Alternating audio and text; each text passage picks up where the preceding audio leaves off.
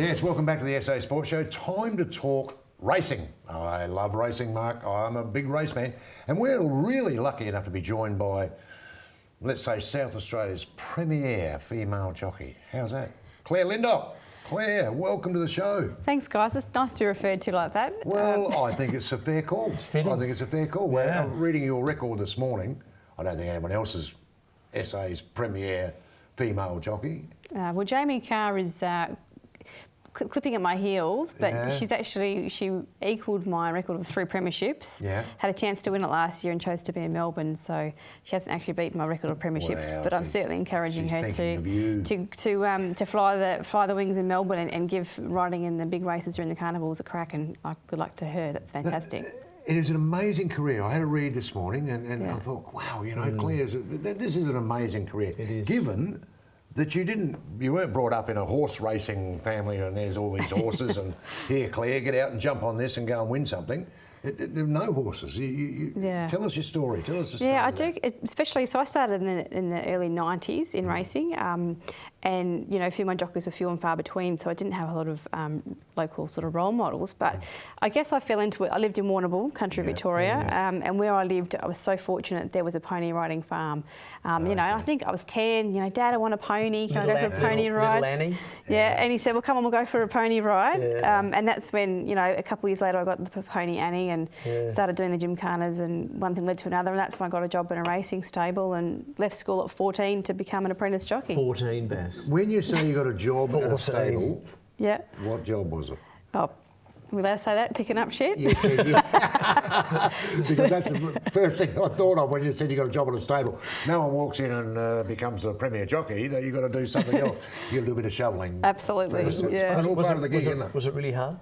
Was it a really hard gig? Look, I loved working with horses. I had passion for animals, and so to me, it was like I couldn't believe it was a job that you got paid to work with animals. I thought this is fantastic. So that's kind of where I came from, and I think that attitude did help me because I didn't get into it thinking, I have to be this big successful jockey. I wanted to actually just earn a living out of something I loved. So maybe that sort of helped me overcome a lot of, I guess, early days, I wasn't expected to achieve. And in some ways... So your expectations were and so in some ways I wonder if that helped me. Like, in hindsight you think about, why some females didn't perhaps make it, back in the day when it was tougher, and why some have succeeded. And even now I think attitude's got so much to do with it. But was it difficult for you as a female back then? Yeah, absolutely. I think, And in what ways?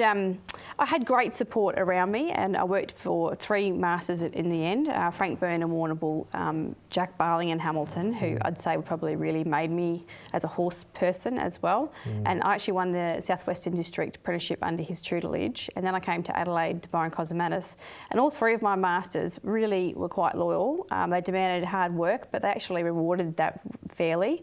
So I always... Again, good for life. Yeah, So right. I always felt like if I, turned up and put in extra, that they would, the trainers therefore then would, talk to the owners and say, give her a go. She's worked hard enough for it, and that's probably how I got my working relationship with Leon as well. I had to do the hard yards to get the jobs, and so you could say that I had to work harder than some of the younger male boys to get the same opportunities. But it didn't do you any harm. Yeah, exactly. And I think, well, if you look at anyone who's the highest achiever in their field, they've always done a 10% more than someone who, how do you actually get the best in your field? You have to actually work harder.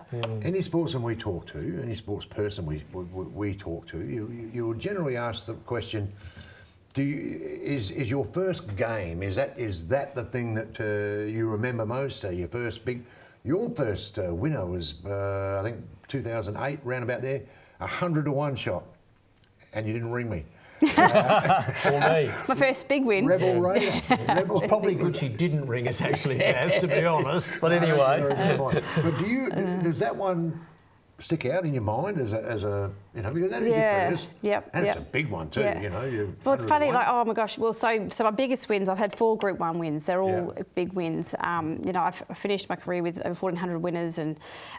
heap of black type. And so, like, what makes... So many different things to answer that question. So, yes, the most prestigious race I've won was the VRC Derby on Rebel Raider, biggest Group 1. But the Group 1 Adelaide Cup was pretty special. It was my first Group 1 Adelaide Cup, first Australian woman to ride a Group 1 winner. Melbourne Cups. Riding in Three Melbourne Cups, Three which is Melbourne still, Cups. there's jockeys who were better performed jockeys than me who haven't even never get an ridden in the race. opportunity, So yeah, okay, yeah. stop there. Yeah. How you get 3 rides in a Melbourne Cup? Not in 1 year. No, that's a good. Not Point. quite that good. I'm glad you brought that up. That's a very good point. How does that come about?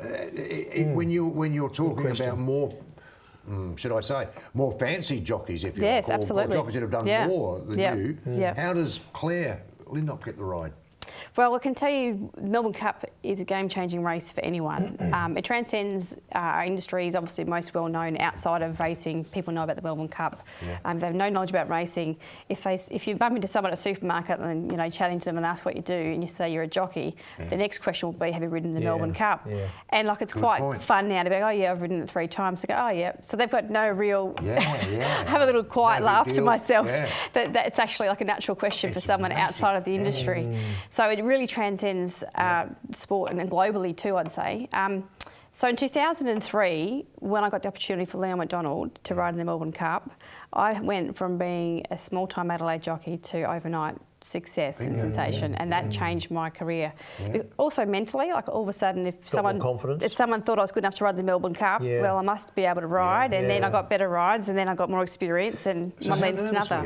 Yeah. Run me through Leon ringing you to say, hey, Claire, guess what? Well, the story, 2003, I won a horse called Debon in the Autumn Carnival.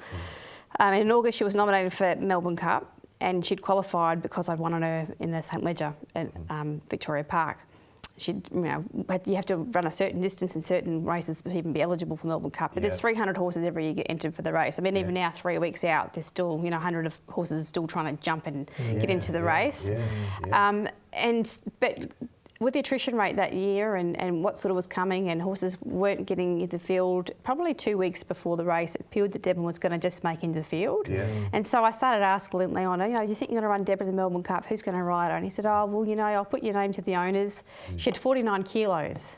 So that's where someone like me gets those chances, because you're a lightweight jockey and there's not many other What were you riding at that time? I was riding light. I was riding around 51, 52. But I found out the Saturday night before the Tuesday that I was riding Debon, because she only just scraped into the field on Cup Day. A text message from Leon. Really? From Leon? A And text message? In 2003, it wasn't the fancy smartphones. It was just, one line: Claire, you have the ride, And Leon. and what happened Well, next? very sophisticatedly said, that's great.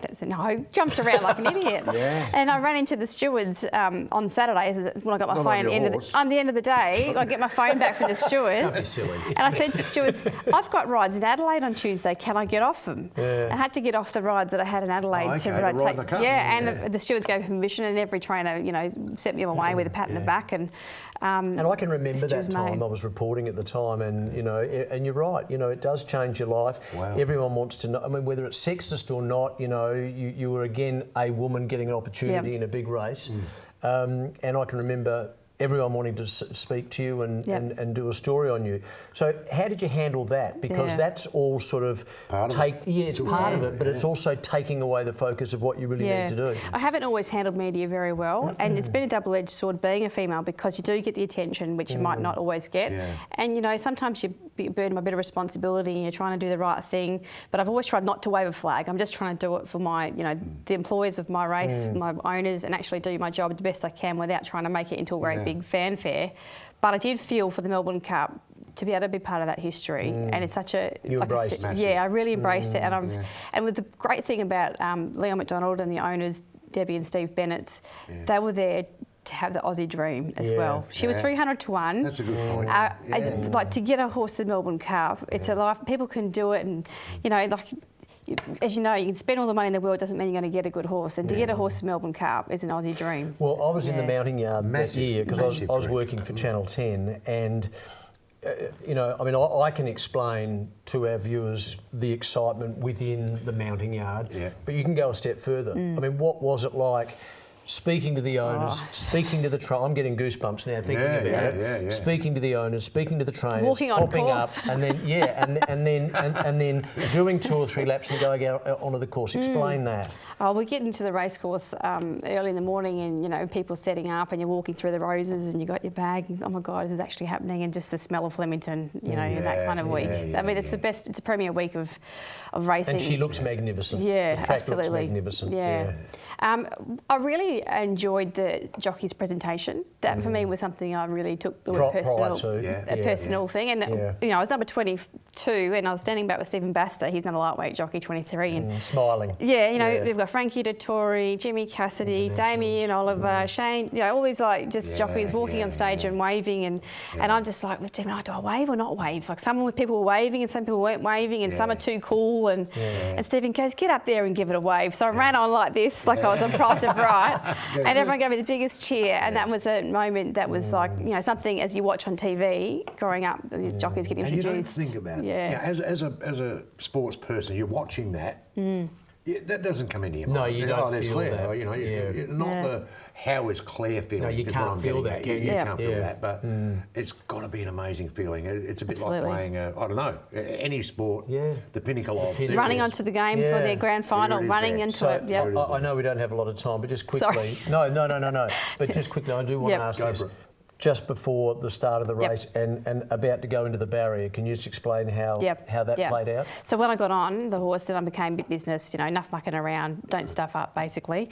You know, we drew barrier 1 or 2, and I was next to some great jockeys, and you know, you sort of jostle on the gates and you talk about where you're going, and you know, you're waiting for 24 horses to load, and you can actually hear the crowd the whole time, the top of the straight at Flemington.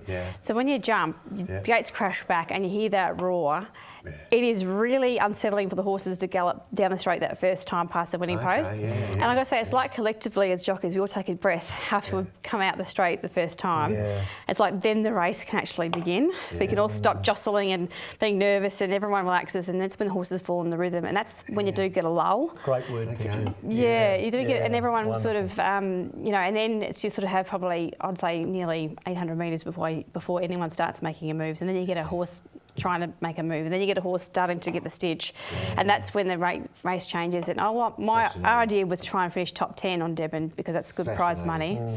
And I remember thinking I'm not going too bad about the 1200 metre mark and a 1000 metre mark. I started to edge out to make a run, and I just hear someone say, "Stay there." Makybe Diva flashed past me like you wouldn't believe. It was the first year she won. That goes on that we don't hear this now. I used to work for. There's a lot of chatting, a lot of this. Get out of the way, get out of the way. Especially in big races. And Makybe Diva went, isn't it? Oh wow. Yeah. So I mean, and then I went on to ride in the race. Why didn't you get after him?